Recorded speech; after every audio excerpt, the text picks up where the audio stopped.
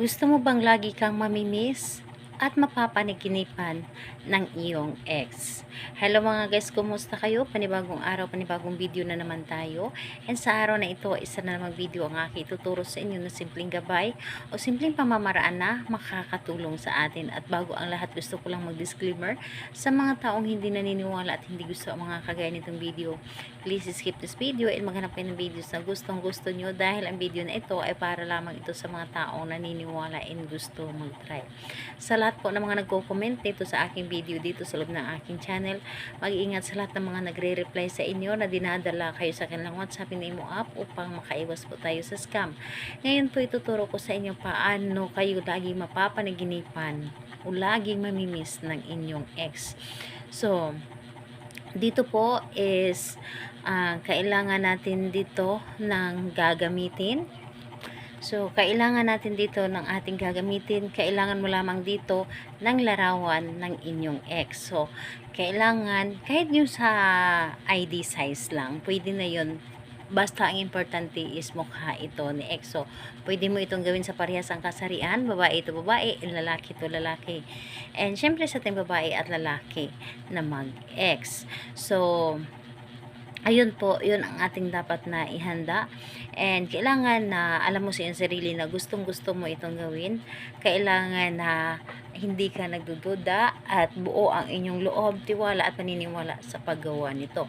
So ngayon kapag ready ka na, pwede mo na itong simulan. So ang gagawin mo lamang dito sa kanyang larawan. Titigan mo ito at halikan mo ito ng 7 beses. Yes po, halikan mo ito ng 7 beses. At sambitin mo rin ang kanyang pangalan na 7 bisis rin. So, pagkatapos mo masambit ang kanyang pangalan ng 7 bisis, isunod mo ang inyong mga nais. Halimbawa, ay lagi mo ako mamimiss at lagi mo ako mapapanaginipan sa gabi-gabi. Hahanapin mo ako, mamimiss mo ang ating mga nakaraan. Yung tipong, yung mga positive, lahat ang sasabihin mo. Huwag mong sabihin yung mga past ninyo na hindi kayo nagkakaunawaan. Dapat yung mga masayang alaala, sabihin nyo yun o sambitin nyo yun habang nakatitig kayo dito sa kanyang larawan. And pagkatapos mo sabihin lahat-lahat ang inyong nais, ang larawan na ito ay inyo itong ilagay o itago doon sa ilalim ng inyong unan na inyong ginagamit sa gabi-gabi sa pagtulog.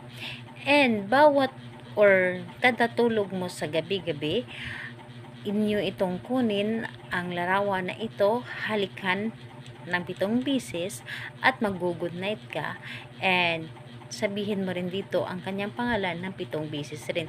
Yun ang gawin mo gabi-gabi.